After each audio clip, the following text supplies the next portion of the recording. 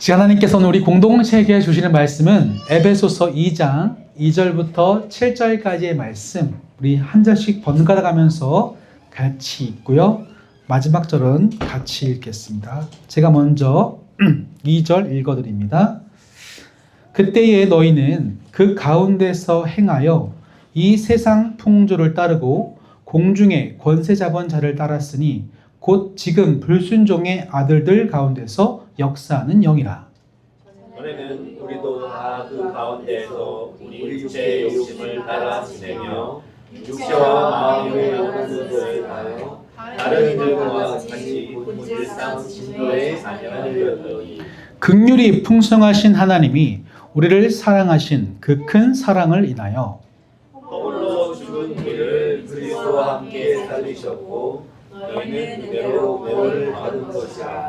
또 함께 일으키사 그리스도 예수 안에서 함께 하늘에 앉히시니 이는 그리스도 예수 안에서 우리에게 자비하심으로써 그 은혜의 지극히 풍성함을 오는 여러 세대에 나타내려 하심이라. 아멘. 오늘은 이 본문을 중심으로 그때와는 다른 나라는 제목을 정하고 하나님의 말씀을 증거하려고 합니다. 우리는 지난 시간에 이 합력해서 선을 이룬다는 이 공동체적인 말씀에 대해서 생각을 해보았습니다. 우리는 보통 이 말씀을 이 교회 공동체 전체를 합력하게 하시는 그 내용으로 이해를 했죠. 하지만 특별히 지난 시간에는 개인적인 말씀으로 이 합력하여 선을 이룬다는 뜻을 생각해 보았습니다. 하나님은 어떤 사람을 통해서 합력하여 선을 이루게 하셨죠? 첫째, 하나님을 사랑하는 자. 두 번째, 곧 그의 뜻대로 부르심을 입은 자들을 통해서만 합력하여 선을 이루게 하십니다. 그런 점에서 이 시간 앞뒤 좌우를 바라보시면서 이렇게 인사를 나눠보면 좋겠습니다. 당신도 하나님을 사랑하고 그 뜻대로 부르심을 받았습니다. 시작. 당신도 하나님을 사랑하고 그 뜻대로 부르심을 받았습니다. 아멘. 하나님은 합력하여 선을 이루게 하실 공동체를 두 가지, 하나님의 사랑의 신뢰와 그 뜻대로 부르심 받았기 때문에 훈련하는 과정을 통해서 합력하게 하시는 거죠. 이것이 우리의 특권인 줄로 믿습니다. 아멘. 최근 이슈가 된 K-드라마 한 편이 있습니다. 아이유, 박보검 주연의 폭삭 소가수다. 전 자꾸 폭삭 사가수다 이렇게 부르는데 폭삭 소가수다라는 드라마가 있습니다. 저는 보통 이 드라마를 찾아서 보는 스타일은 아닙니다. 그런데 제 옆에서 아주 가까우신 분이 너무 이 드라마를 사랑하시기 때문에 곁에서 보다가 그 드라마 내용이 제게 이렇게 스며들었어요. 이 줄거리는 굉장히 간단합니다. 해방 직후에 대한민국을 배경으로 하고 있는데 특별히 제주도를 배경으로 하고 있어요. 그런데 해방 직후 얼마나 살기 힘들었습니까?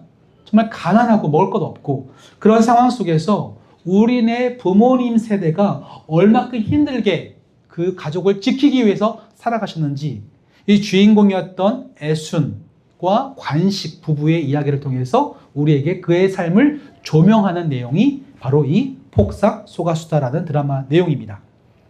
저는요 이걸 보면서 저희 부모님이 생각이 들었어요. 부모님. 이 극 중에 주인공이 결혼해서 아이를 낳는데 그 나이가 20대 초반이었습니다. 저는요 20대 초반일 때에 참 바빴습니다. 노느라 바빴고요. 대학교 공부하느라 바빴고 미래를 설계하고 준비하느라 경험을 쌓느라 참 바빴는데 우리 부모님 세대는 그런 특권을 누리지 잘 못했죠. 소수의 일부 좀 여유가 있으신 분들을 제외하고 대다수의 부모님들은 이 가정과 정말 생존에 대한 문제 때문에 배움과 자기 개발보다는 돈을 버는 게 먼저였기 때문이죠. 어떻게 하면 좀 잘 먹고 더 배부를 수 있을까? 너무 살아가는 것이 급했기 때문에 자신을 돌보는 삶을 살지 못하셨습니다. 그러다가 이렇게 시간이 흘러서 노년, 나이가 들게 되신 거죠. 그래서 저는 이 드라마를 보는 내내 저희 부모님이 너무나 보고 싶었고 생각이 났습니다. 참 우리를 위해서 우리 전 세대 부모님들이 참으로 고생하셨구나 생각을 해봤죠. 그런데 놀랍게도 이 드라마 제목 속에 이 주제가 함축되어 담겨져 있더라고요. 이 폭삭 소가수다 이 말이 저는 처음에 완전히 속았다 이런 뜻인 줄 알았어요. 그런데 이 폭삭 소가수다는 제주도 방언으로 수고하셨습니다 이런 뜻이죠. 네. 그런 점에서 우리 세대가 이렇게 장성하여 풍요로운 삶을 살기까지 우리 앞선 세대 부모님들이 얼마나 수고하셨는지 이분들의 감사하는, 헌정하는 드라마 같게 여겨졌습니다. 우리 이처럼 평상시는 잘 미처 깨닫지 못하던 것들이 시간이 흘러서 과거에 이런 많은 일들에 큰 혜택을 입었구나, 이것에 크게 감동하고 감격하는 경우가 종종 있습니다. 저도 인생 가운데 저를 정말 사랑해 주셨던 어떤 분들 때문에 그분을 찾아가서 폭삭 속았수다라고 고백했던 경험이 있습니다. 제가 고등학교 1학년 때 참 사춘기가 극에 달했던 시절에 인생의 삶의 부조리함을 깨닫고 매일매일 살기 싫다 노래 부르던 때가 있었습니다. 매일 꽉 막힌 학교에 갇혀가지고 11시간씩 공부를 해야 됐는데 전 너무나 그게 싫었어요. 그래서 인생을 비관하고 있는데 하필 제가 고등학교 1학년 때 만났던 담임 선생님이 학교에서 정말 세 손가락 안에 드는 무서운 선생님이셨습니다. 그분은요, 지금은 사라졌던 교련을 가르쳤던 그분인데 아이들을 지나치게 사랑하셔서 시험이 끝나면 저희 반에는 곡소리가 들렸습니다. 시험을 보고 나서 떨어진 등수만큼 아이들의 그 허벅지는 불이 났거든요. 그래서 시험 성적표 나오는 날이면 교실에서 아우성이 막 솟구쳤습니다. 그런데도 제가 그분을 지금도 잊지 못했던 이유가 있습니다. 바로 그 속에 진실된 사랑이 담겨져 있었기 때문이죠. 그분은 보통 다른 선생님과 좀 달랐어요. 다른 선생님들은 학생들을 통제하려고만 했습니다. 뭘 시키고 감동만 했는데 이분은 통제뿐만 아니라 그 통제의 가운데 먼저 들어오셨던 분이셨어요.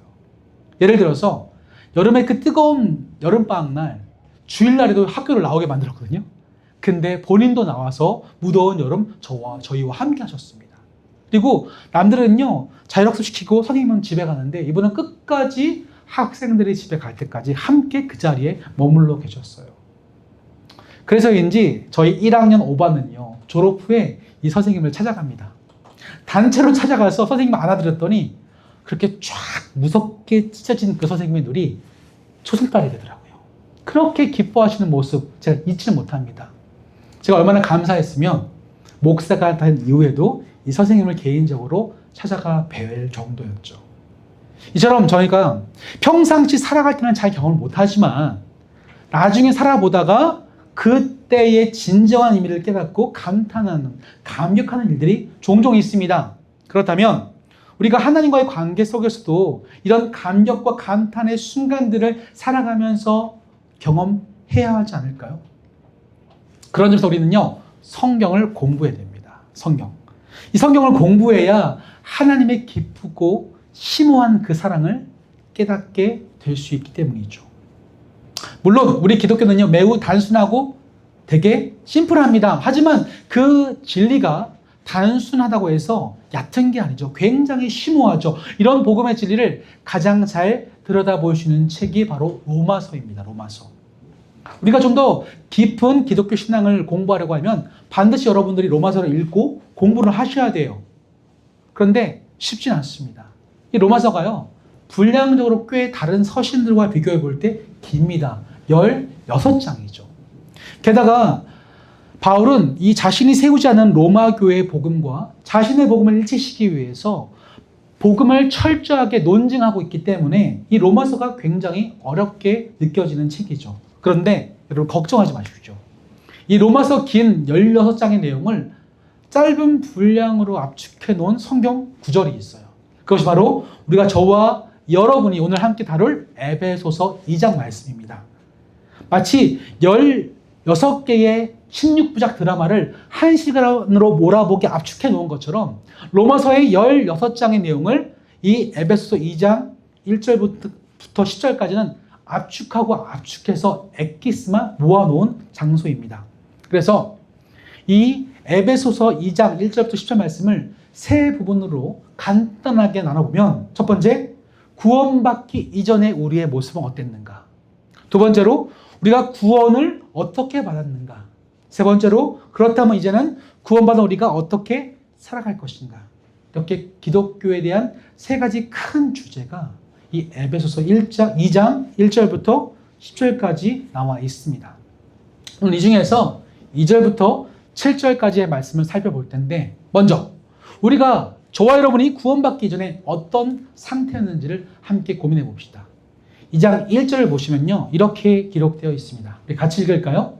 시작.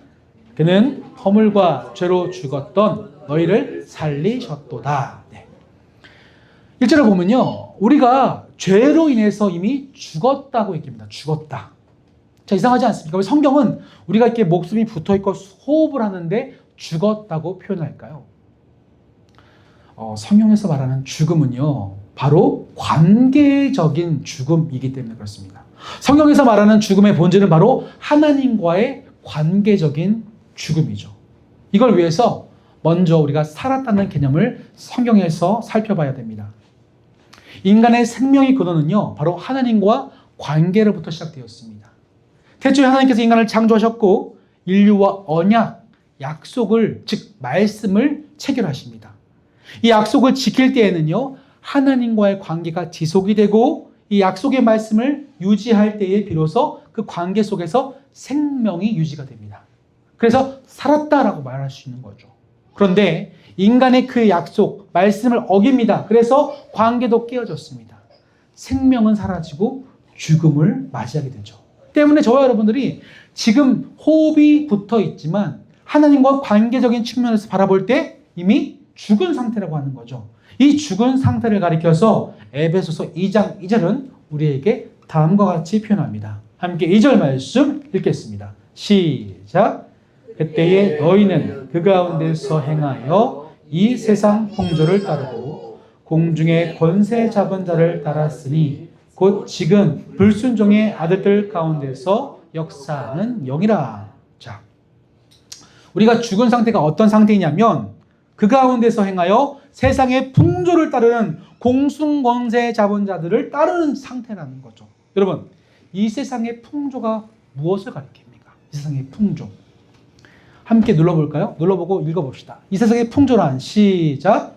범죄한 인간들이 죽음의 상태에서 벗어나기 위해 만들어낸 삶의 방식. 자, 세상의 풍조가 뭐냐면 범죄한 인간들이 이 죽음의 상태를 벗어나기 위해 만들어낸 삶의 방식이라는 거죠.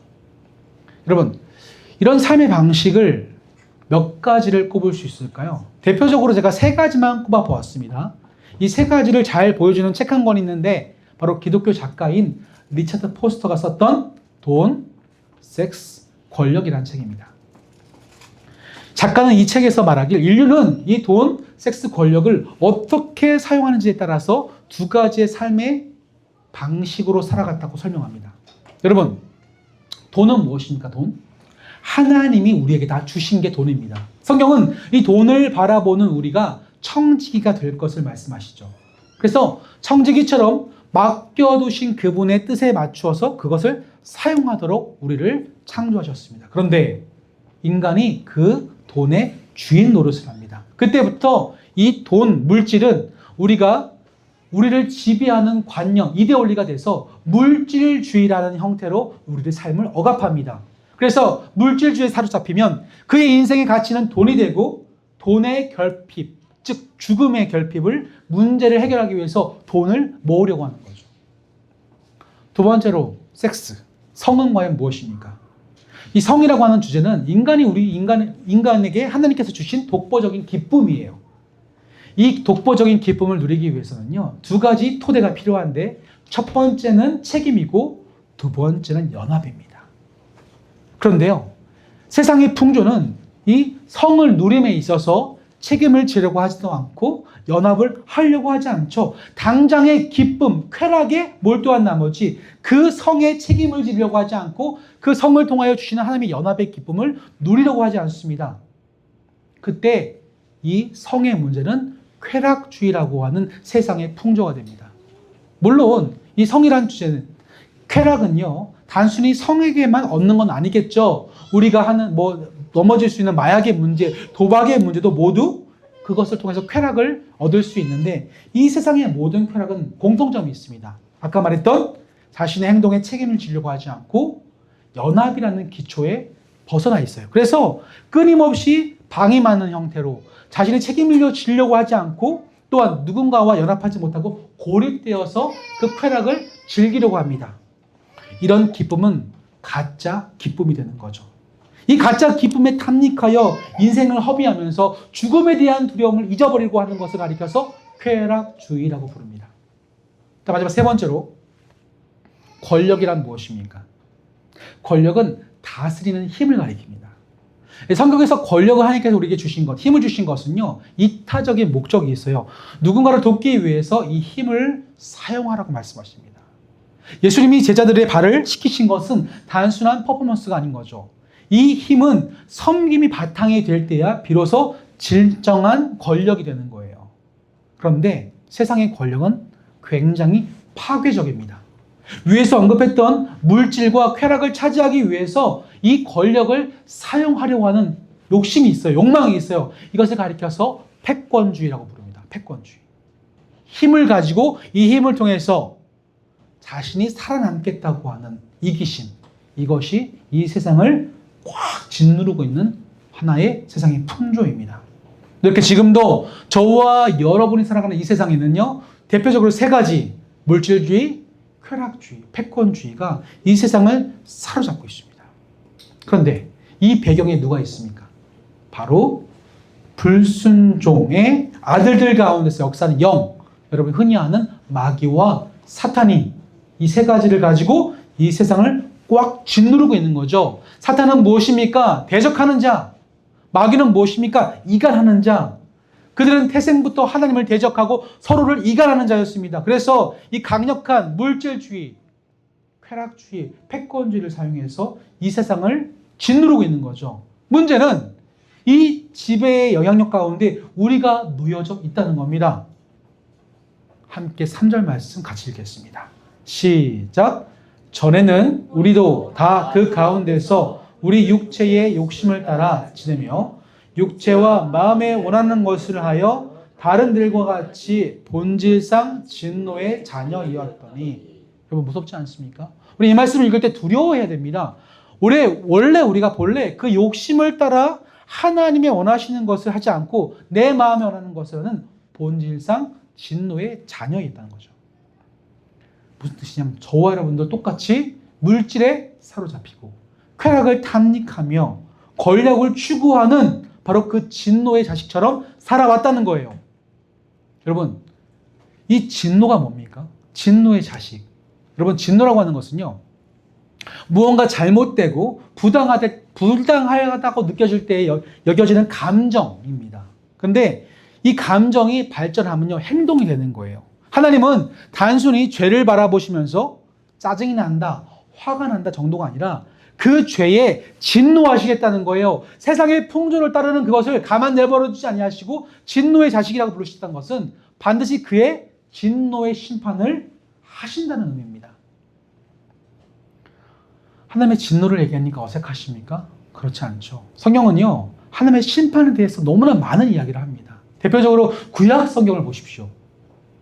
어떤 사람은 구약을 읽을 때에 너무 잔인하게 기록되어 있다고 얘기하지만 여러분, 이 구약에서 말하는 진노는요, 하나님의 거룩하신 성품을 지키기 위한 하나의 방법이었습니다.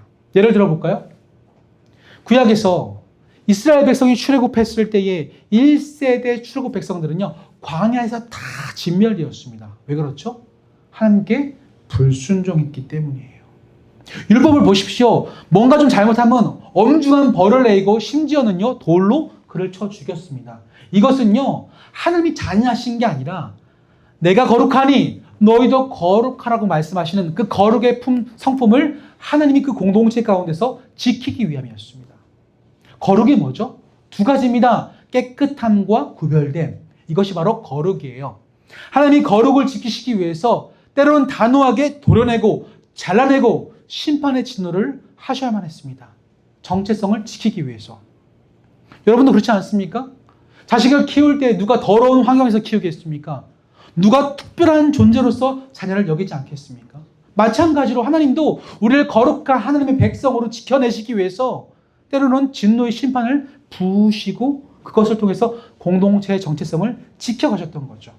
그런데 놀라운 애는 이 진노가 마지막 종착점이 아니에요. 하나님은 이 진노함을 통해서 반드시 회복의 과정으로 우리를 이끌어 내시는 줄로 믿습니다. 그런데 안타깝게도 한국 교회는요, 이 진노에 대해서, 죄의 무서움에 대해서 잘 가르치지 않습니다.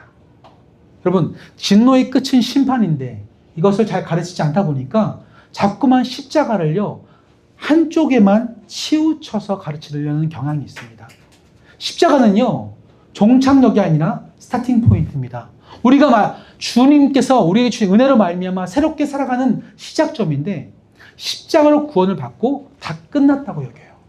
그래서 진노의 심판을 배우지 않고 진노의 심판이 우리를 비껴갔다는 것을 감사하지 못한 채 자신의 삶을 더욱더 하나님께 순종의 삶으로 내어드리지 못하는 거죠. 그런데 그런 우리를 가리켜서 하나님은 사랑한다고 말씀하십니다. 다 함께 4절 말씀을 같이 읽겠습니다. 4절 시작. 긍휼이 풍성하신 하나님이 우리를 사랑하신 그 큰 사랑으로 인하여. 자, 하나님의 사랑의 속성은 기본적으로 긍휼에 기인합니다. 이 긍휼이라는 단어 헬라어 말고 히브리어로 가보시면 이 긍휼이라는 단어의 어원이 여성의 자궁과 같은 단어죠.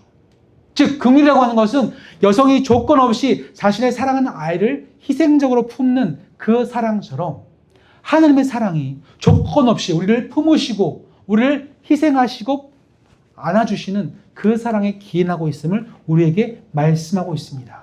그 큰 사랑 때문에 어떻게 하셨을까요? 바로 5절과 6절 말씀 이렇게 하십니다.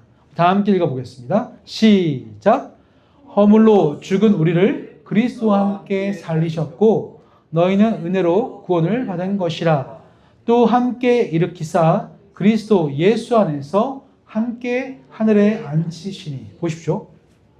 하나님이 그 긍휼의 사랑으로 말미암아 우리에게 세 가지를 행하십니다. 첫 번째, 살리셨습니다.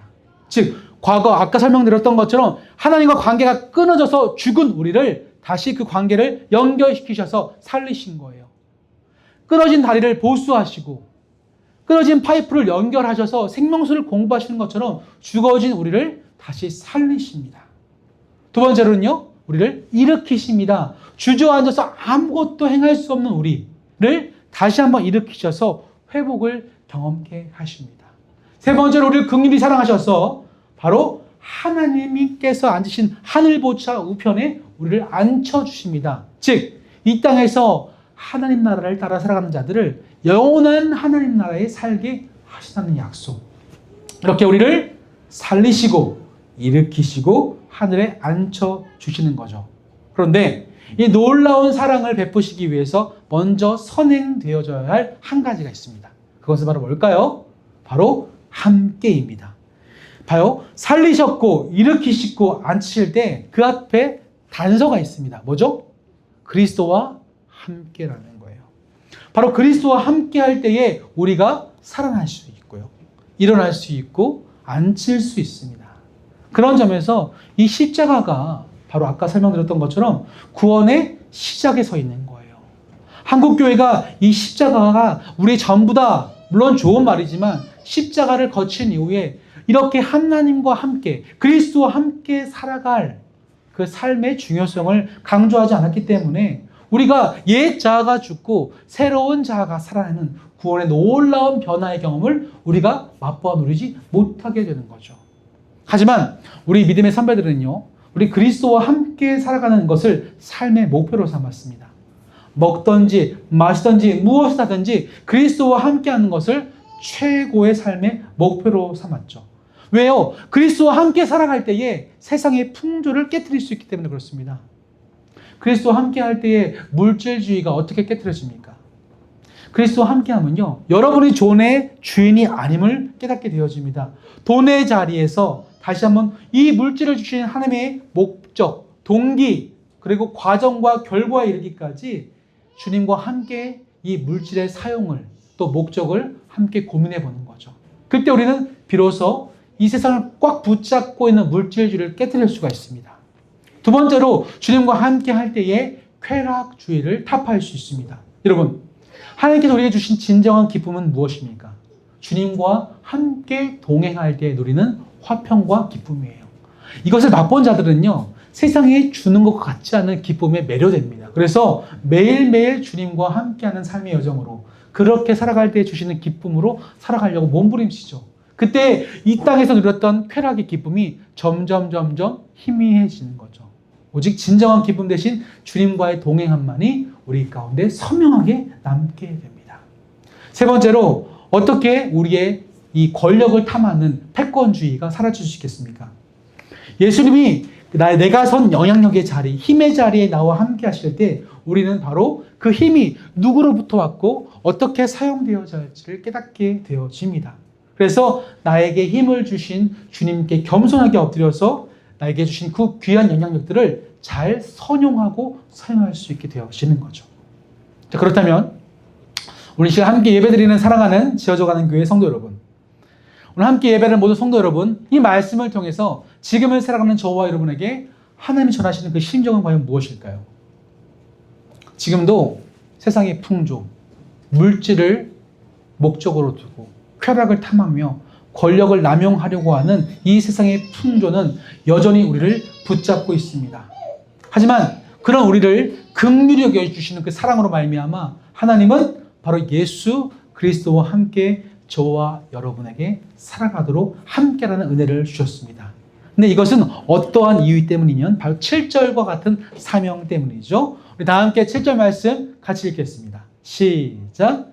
이는 그리스도 예수 안에서 우리에게 자비하심으로써 그 은혜의 지극히 풍성함을 오는 여러 세대에 나타내려 하시니라. 아멘. 여러분, 하나님의 은혜의 풍성함이 어떻게 나타납니까? 다시 말하면 하나님께서 하신 약속의 말씀들이 우리 가운데 어떻게 실제가 되어집니까?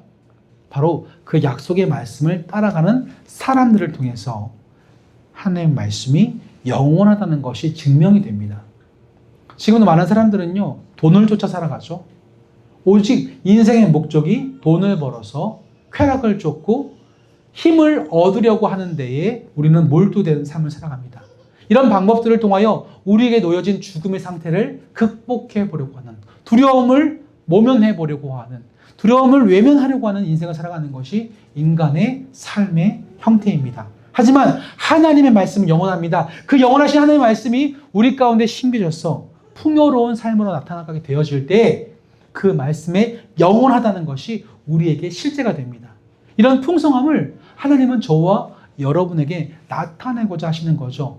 그래서 이 말씀의 풍성함이 내 때에서 끝나는 것이 아니라 그 다음 세대, 또 다른 세대에 영원하게 세대에 쭉 전달되도록 우리에게 말씀하고 계십니다. 물론 다음 시간에 다루겠지만 여전히 세상의 풍조는 저와 여러분을 유혹합니다. 또 핍박합니다. 여러분이 오늘 말씀을 듣고 선을 행하기 위해서 몸부림치면 칠수록 더 악의 깊은 큰 영향력을 보게 되실 거예요. 전에는 돈에 타협할 필요도 없었습니다. 쾌락인지 진정한 기쁨인지 구별할 필요도 없었습니다. 내게 주신 힘을 마음대로 사용할 때는 이것이 옳은지 그른지 전혀 알지 못했습니다. 그런데 우리가 이것을 깨트리고 정말 선을 행하려고 하면 악의 문제가 여러분 삶 가운데 너무나 깊숙하게, 크게, 선명하게 다가왔다는 것을 깊이 공감하시게 될 거예요. 그래서 우리가 이 말씀에 순종하는 것은 현재 진행형이 될 수밖에 없습니다. 하지만 그때 여러분들 하나님께 요청하셔야 돼요. 뭐라고요? 하나님, 나를 불쌍히 여겨주옵소서. 예수님, 나를 불쌍히 여겨주셔서 내가 무너지려고 하는 삶의 현장 가운데서 나와 함께하여 주시옵소서. 그 사랑의 긍휼의 사랑을 요청할 때에 하나님은 여러분들과 함께 하실 줄로 믿습니다. 그렇게 우리가 특권을 누리면서 하나님을 부를 수 있는 특권을 누리며 살아가다가 주님께서 우리를 생명을 거두시고 곁에 두실 때에 주님께서는 저와 여러분들께 폭삭 속았수다라고 우리를 위로하고 계시진 않을까요? 저와 여러분, 주님은 지금도 저와 여러분 새로운 피조물로 만들어 주셨습니다. 과거에는 그렇게 살았지만 이제는 그때와는 다른 나의 모습이 되었다고 지금도 이야기하고 계십니다. 여러분이 이 세상에서 세상을 억누르고 있는 세 가지의 이데올로기에서 자유하시고 오직 주님과 함께 살아낼 수 있는 새로운 피조물로서 삶을 살아가 주시기를 주님의 이름으로 간절히 축원합니다. 아멘. 우리 이 시간 세 가지를 놓고 기도했으면 좋겠습니다.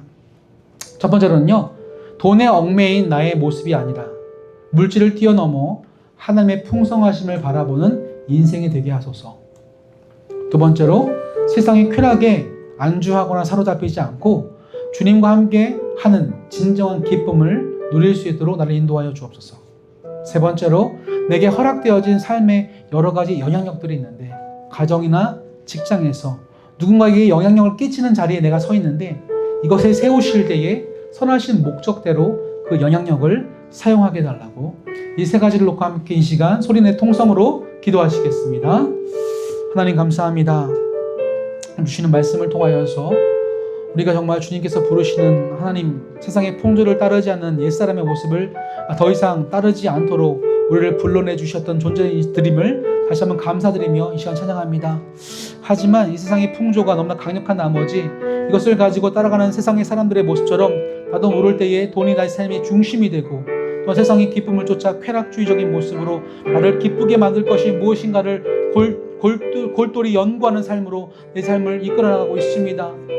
때로는 우리가 정말 주신 힘을 가지고 내 자신의 힘과 권력을 남용하면서 그것을 주신 주님께 아버지 정말 마땅히 그 힘을 사용하는 목적에 벗어나서 내 멋대로 그 힘을 사용하려고 하는 욕심 또한 있습니다. 하지만 이것은 세상의 풍조입니다. 이것은 배후에는 우리를 정말 주님과의 관계 속에서 이간하는 마귀와 같은 모습들로, 하나님을 대적하는 사탄의 모습으로 끊임없이 우리를 그들의 불순종의 아들 가운데 역사하는 영이 우리를 노려보고, 또한 그 가운데에 우리를 얽어매려고 하는 아버지 유혹들이 있습니다. 하나 우리는 더 이상 옛사람의 모습으로, 옛자의 모습으로 살아갈 수 없는 줄로 믿습니다. 바라건대 더 이상 돈에 얽매이지 않도록 주님 안에서 자유할 수 있는 기쁨을 허락하여 주시옵소서. 하나님 주신 기쁨은 세상의 것과 같지 않음을 깨닫고, 아버지 세상에 나를 만족하고 나를 기쁘게 할 것들에 몰두하는 것이 아닌 진정한 주님과의 관계 회복과 동행함으로 누릴 수 있는 기쁨에 내가 심취할 수 있도록 도와주시옵소서. 그리하여서 내가 주시는 귀한 삶의 자리에서 선한 영향을 끼치며 널리 하나님께서 베풀어 주신 귀한 사랑을 전할 수 있는 데에 이 힘을 아버지 사용할 수 있도록 내게 분별력을 더하여 주시옵소서.